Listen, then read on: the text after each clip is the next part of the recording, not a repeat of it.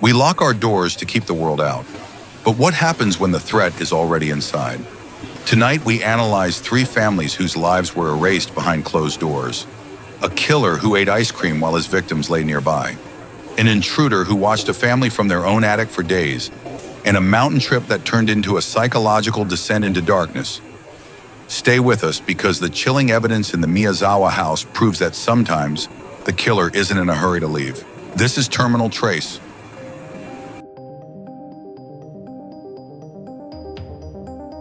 December 30th, 2000, Tokyo. The Miyazawa family is wiped out in their own home.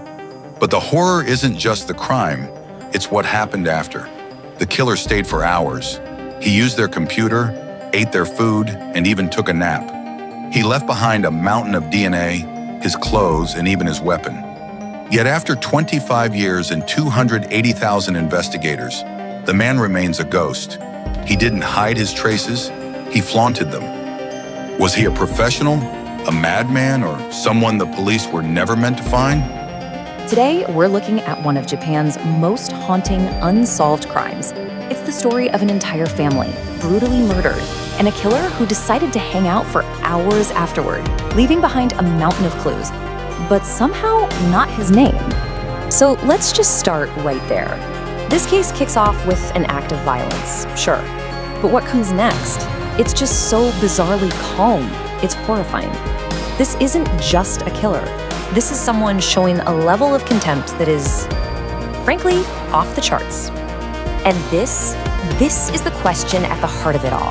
For more than 2 decades, investigators have had this incredibly clear picture of the man who did this. But the problem is, that man doesn't seem to exist anywhere. Okay, to really get why this mystery is so deep, we have to go back to the beginning. We have to understand the tragedy that unfolded in a quiet Tokyo suburb on the very last night of the year 2000. This was the family at the center of it all, Mikio and Yasuko, and their 2 beautiful kids, 8-year-old Nina and 6-year-old Rei. This was their house. You know, the one place in the world they should have been safe. Now, this timeline is where things start getting really, really weird. The killer gets in around 11 at night, he commits these horrible murders, and then he just stays for hours. He uses their computer, he doesn't leave until the next morning, maybe just minutes before Yasuko's own mother shows up and finds them. And the attack itself, it was just viciously methodical. Little 6-year-old Rei was strangled in his own bed. His dad, Mikio, must have heard something because he was attacked and stabbed repeatedly at the bottom of the stairs. The killer then went after Yasuko and their daughter Nina, using a knife he brought with him and then, believe it or not, one from their own kitchen. So let's talk about the evidence, because this is where police build this incredibly detailed picture of the killer. But it's a picture of a ghost, a total phantom. What is just wild about this case is what the killer left behind. I mean, look at this. It's practically his entire outfit. The jacket, the hat, the gloves, the shoes. It's almost like he came, did this terrible thing, changed his clothes, and just walked out as a different person, leaving his old self behind. And this, right here, this just lays out the central mystery perfectly. The crime scene was an absolute goldmine of forensic evidence. His DNA, his fingerprints, they were everywhere. But when they ran all of it through every database they could think of, in Japan, internationally, nothing. Not a single match. 0. But the DNA did tell them something. Forensic science gave them this one incredible clue, a genetic profile. And what they found? Well, it just made the whole puzzle even more complicated. The DNA analysis showed that the killer was male and that he had mixed ancestry. His father's side was East Asian, but his mother's side was European, probably from somewhere around the Mediterranean Sea. Now, you have to understand, that genetic mix is incredibly rare in Japan. This opened up all sorts of theories. Was he a foreigner, maybe the child of a diplomat or military personnel, or just someone living so completely off the grid that he had no official trace? It was a huge clue that somehow made him even harder to find. And the clues just keep getting stranger and stranger. Sand in his bag that came from a US desert. He used the family's toilet and didn't flush, leaving behind evidence of his last meal. The shoes he left were made in South Korea and weren't even sold in Japan. It's like every piece of evidence points to a person who doesn't really belong anywhere. So this all leads us to the biggest, most disturbing question of all. For a minute, let's forget about who he is and ask why. Why would he act this way after doing something so monstrous? Think about this. He got hurt during the struggle, so he just casually uses the family's first aid kit to patch himself up. Then he goes to their fridge, eats their ice cream, sits down at their computer and browses the web. He goes through their personal documents. Some investigators even think he took a nap on their sofa. This is not what a panicked person does. Yeah, and that's the key takeaway, isn't it? His actions show this terrifying level of calm, this absolute audacity. He wasn't just an intruder. He made himself at home, right there among the absolute horror he'd created. So what does this tell us about him? This wasn't some random robbery that went bad. No way. This feels targeted. It feels personal. It feels like he had zero fear of being caught. What do you think was going through his head? So, let's look at how this one night turned into one of the biggest and longest manhunts in the history of Japan, all to find a man who seems to be a ghost. I mean, the scale of this investigation is just immense. To this day, it's an active case. Over 280,000 police officers have worked on it, following up on thousands and thousands of leads. It's one of the most expensive and time-consuming cases the country has ever seen. And there's a huge reward out there, 20 million yen, which is a lot of money. But even with all that money on the table and this massive police effort, the killer's identity is still a total blank.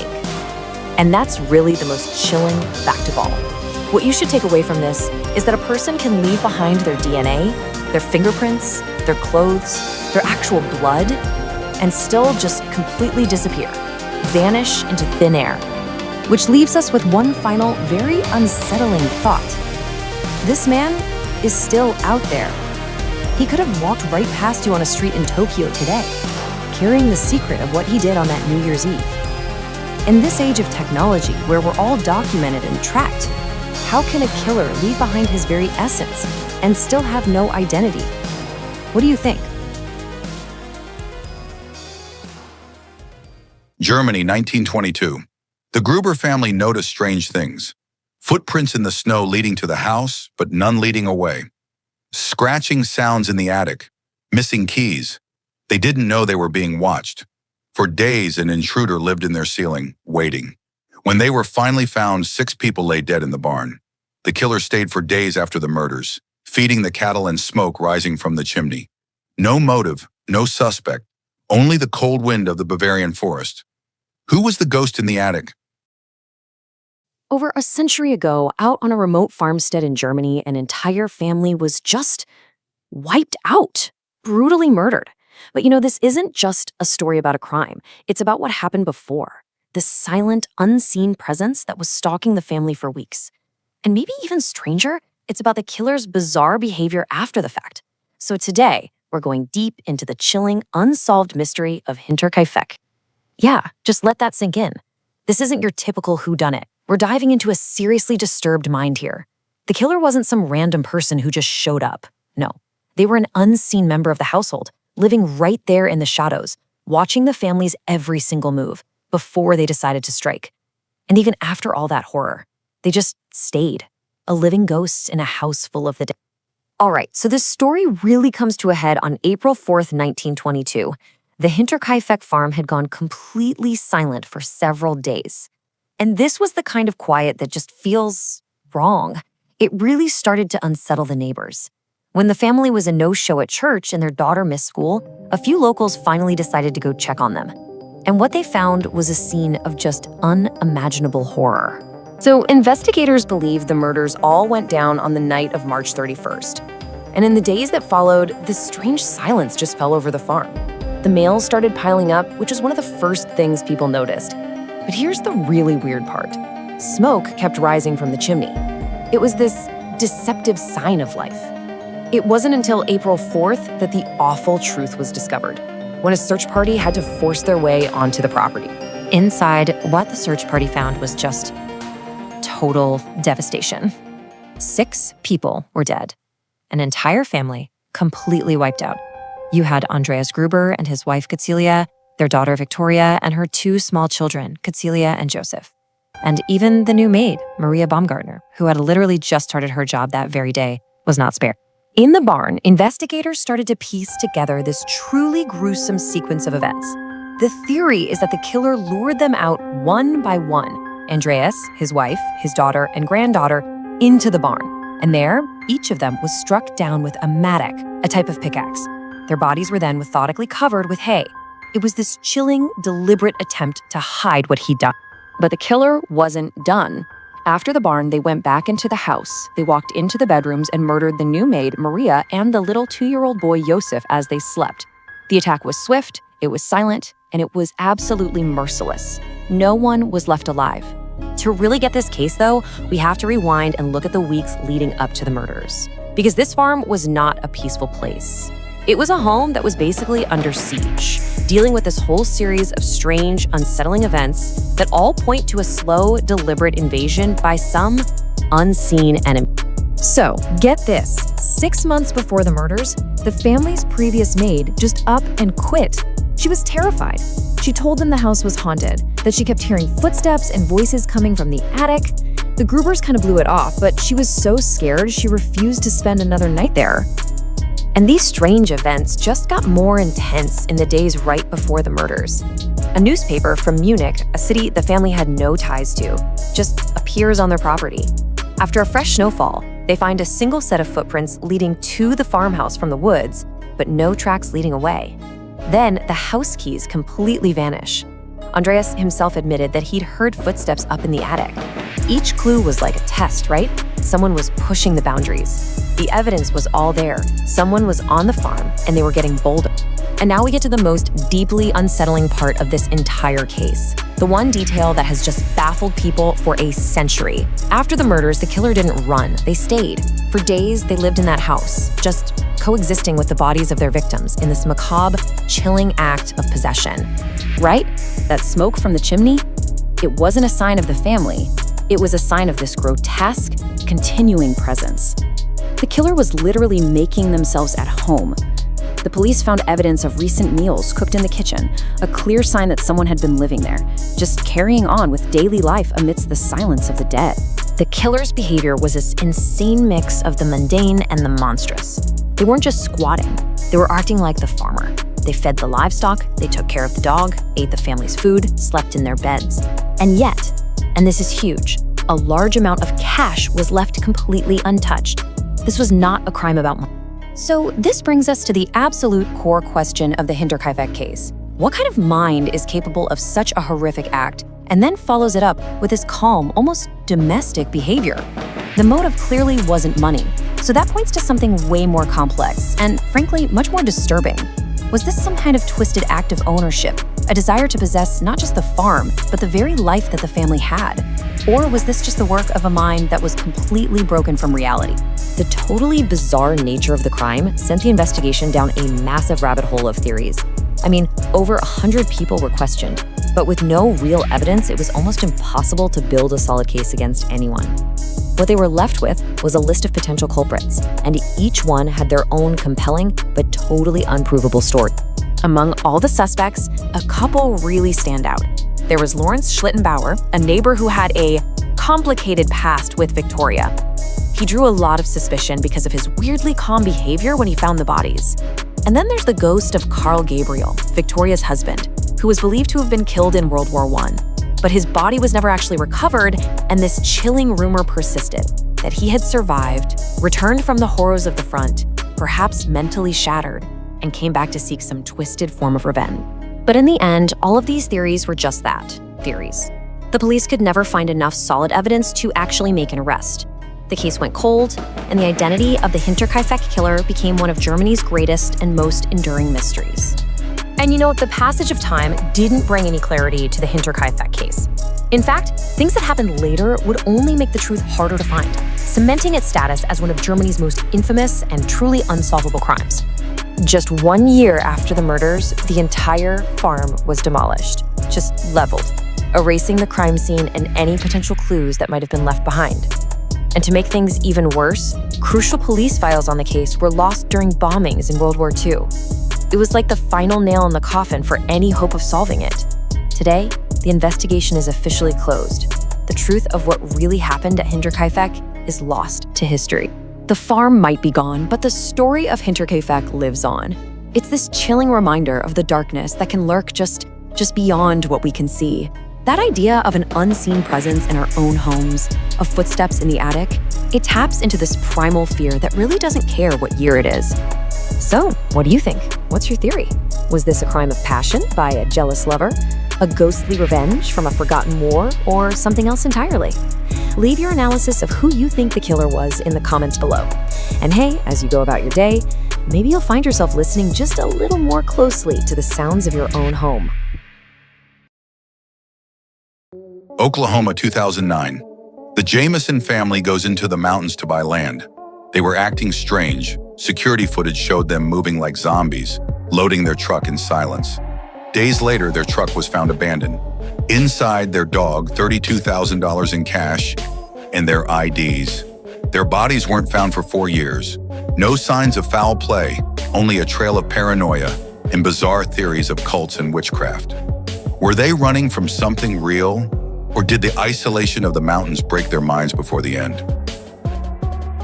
Way out in the remote mountains of Oklahoma, there's a story that just gets under your skin. It's a deeply unsettling mystery about a family who was just looking for a fresh start, but ended up as part of a puzzle that to this day has pieces that just don't fit.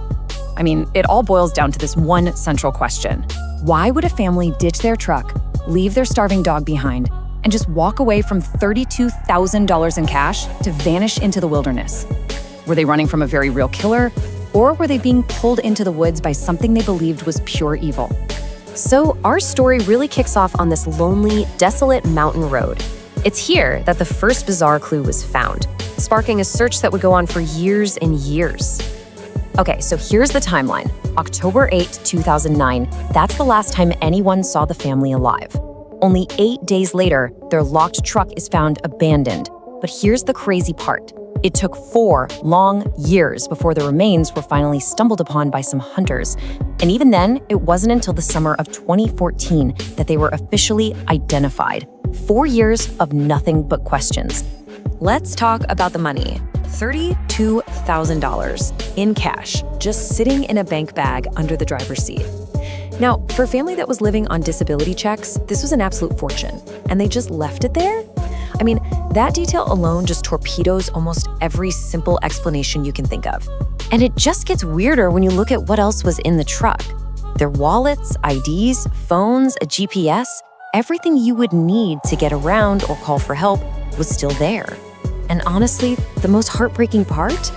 Their little dog, Maisie, who they absolutely adored, was found inside, malnourished but still alive. It's like they just got out for a quick walk and were planning to be right back. So to even begin to understand what might have happened to them out in those woods, you really have to look at what was going on inside their own home. Because the Jamisons weren't just a family struggling with money.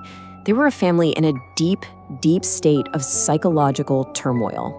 You had Bobby, who was in constant, agonizing pain from a bad car wreck. Sherilyn was battling a diagnosis of bipolar disorder and severe depression. The two of them were fighting all the time, and both had lost a shocking amount of weight. But then, there's this. They became convinced their house was haunted. They even told their pastor they were seeing spirits on their roof.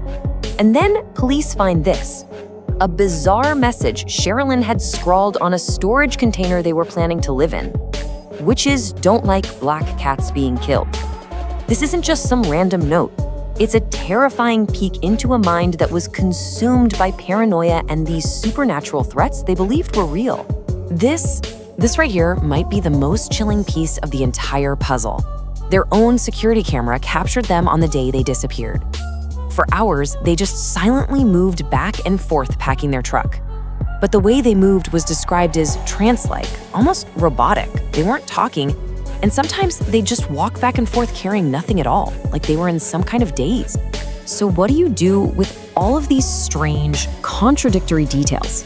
You end up at a crossroads with no obvious path forward.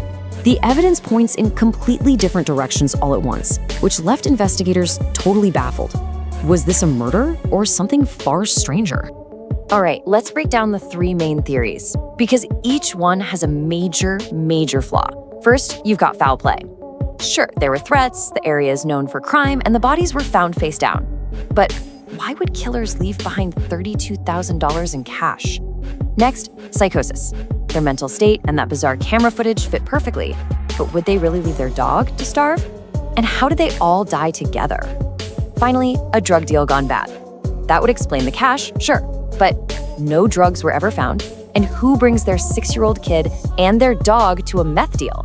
It just doesn't add up. Now, if we dig into that foul play theory, it splits into two paths.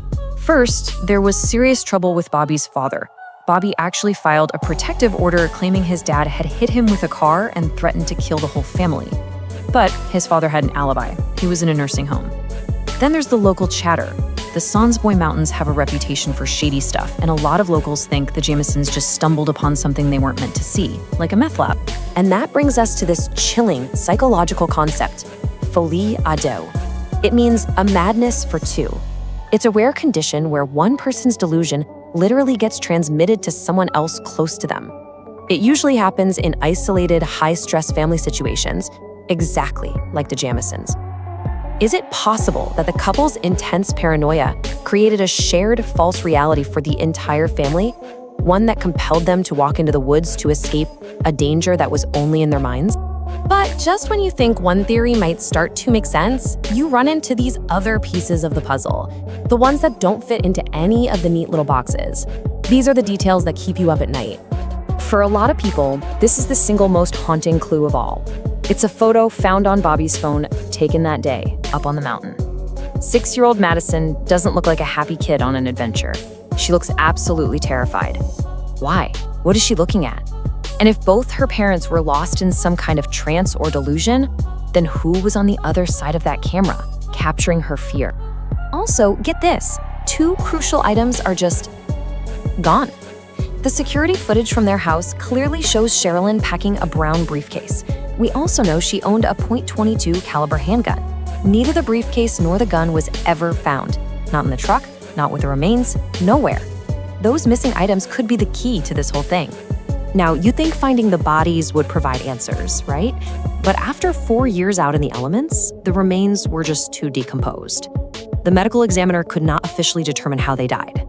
They found a small hole in Bobby's skull, which, yeah, could have been a bullet wound, or it could have been made by an animal after he died. We just don't know. Officially, the cause of death is a total mystery. And to give you a sense of the storm that was brewing inside the family, police found an 11-page letter in the truck. It was written by Sherilyn to Bobby. It was just filled with rage and resentment, calling him a hermit and ending with the line, "I want a divorce immediately." So they weren't just fighting imaginary demons, they were fighting very, very real ones with each other. In the end, the secrets of the Jamison family are buried out there in the Oklahoma wilderness. Was this a terribly human tragedy, a crime of violence and desperation? Or was it the grim finale of a shared fanatical delusion that led them to their doom? The strange warnings they left behind are still there, which leaves us all with one final chilling question. What if we're supposed to believe what they saw? Home is supposed to be a fortress. But for these 3 families, it was a trap. Whether it's an intruder in the attic or a darkness growing from within, the traces they left remind us that we are never truly alone. The doors are locked, but the secrets are already inside. Which of these domestic nightmares haunts you the most? Share your theory below. Justice may sleep, but the shadows stay awake. This is Terminal Trace.